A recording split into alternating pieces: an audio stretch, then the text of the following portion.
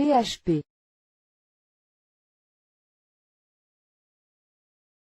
Manipuler les chaînes de caractères.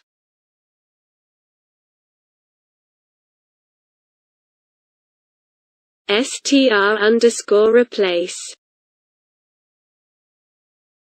str_replace Remplace toutes les occurrences dans une chaîne. Description.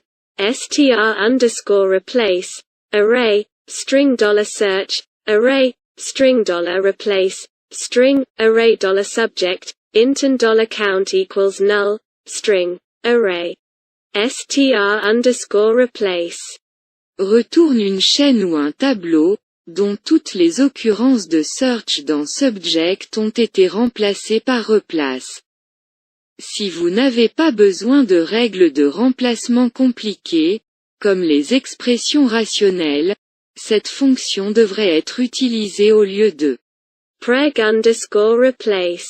Liste de paramètres, si les paramètres search et replace sont des tableaux. Alors la fonction str-replace prendra une valeur de chaque tableau et les utilisera pour la recherche et le remplacement sur subject. Si les paramètres replace a moins de valeur que le paramètre search, alors une chaîne de caractères vide sera utilisée comme valeur pour le reste des valeurs de remplacement.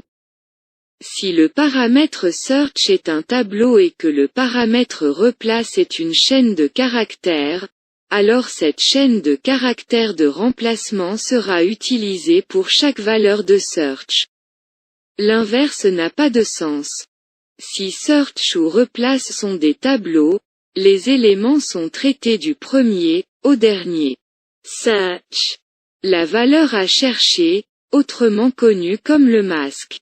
Un tableau peut être utilisé pour désigner plusieurs masques. Replace. La valeur de remplacement à substituer aux valeurs trouvées. Un tableau peut être utilisé pour désigner plusieurs valeurs de remplacement. Subject.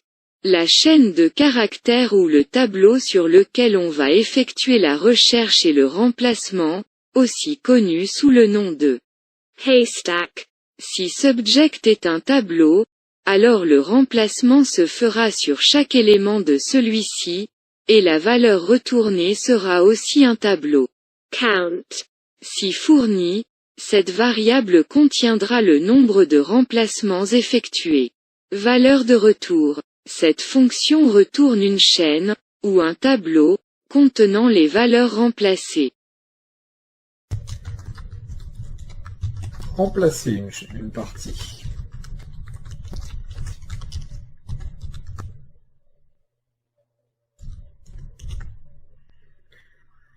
Remplacer une partie de la chaîne de caractères, ça va être par exemple, au lieu de marquer ceci, on voudrait marquer cela. Donc là, on va utiliser une fonction qui s'appelle str-replace. Donc on va lui dire que ma chaîne, c'est str-replace, qui est juste ici. Vous remarquerez qu'il y a également str-replace. Donc on va regarder la différence. Donc là, je vais faire str-replace. Je lui dis ce qu'il doit chercher. Ceci. Par quoi il doit le remplacer. Cela. Et où il doit le trouver dans la chaîne.